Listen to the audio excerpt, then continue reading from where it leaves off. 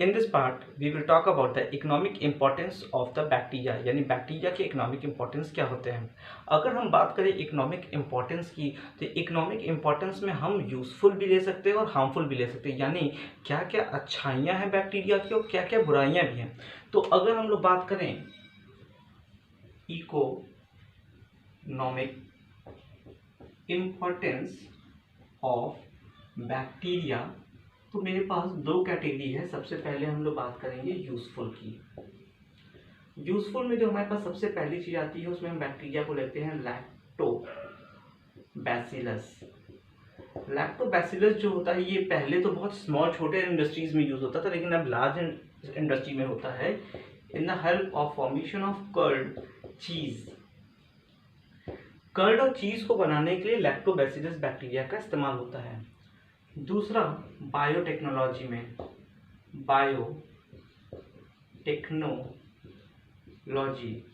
Biotechnology में क्या इस्तेमाल होता है, कई बार बैक्टीरिया को एज ए होस्ट लिया जाता है और स्पेशली इकोलाई को, बैक्टीरिया इकोलाई जो है उसको हम लोग किस तरीके से इस्तेमाल करते हैं, एज ए होस्ट, जिसको हम लोग क्लास 12 के बायोटेक्नोलॉजी वाले चैप्टर में पढ़ेंगे। नेक्स्ट अगर हम लोग बात करते हैं वो आता है पेस्ट रेजिस्टेंट।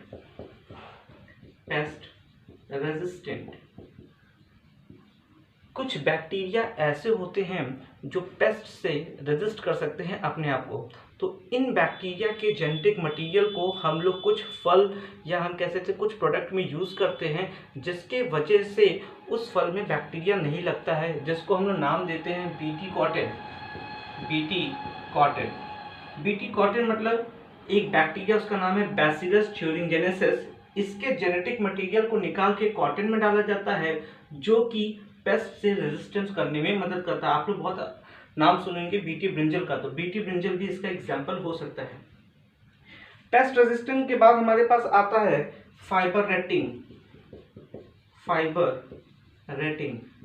रेटिंग का मतलब क्या होता है, हम लोग बास्ट फाइबर का नाम सुने होंगे। बास्ट फाइबर होता क्या है कि अगर ये हमारा पूरा एक स्टेम है तो इसमें जो हमारा फ्लोएम का पार्ट है वो हमारे लिए इम्पोर्टेंट होता है, बाहर का जो पोर्शन है वो बेकार है।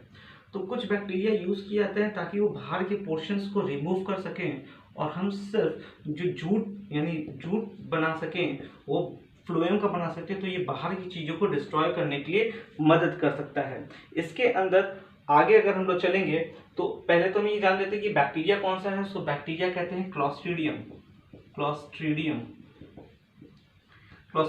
नाम का वो बैक्टीरिया है जो फाइबर रेटिंग में मदद करता है।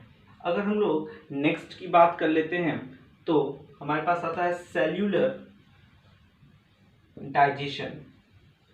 कई जगह सेल्यूलोज का डाइजेशन करने के लिए भी बैक्टीरिया का इस्तेमाल किया जाता है और उस बैक्टीरिया का नाम है रूमिनोकोकस।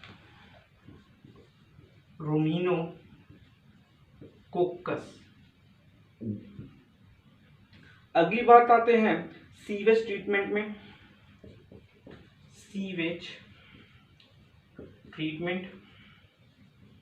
बहुत जहाँ सीवेज ट्रीटमेंट के लिए भी बैक्टीरिया का इस्तेमाल किया जाता है, जैसे सीडोमोनास,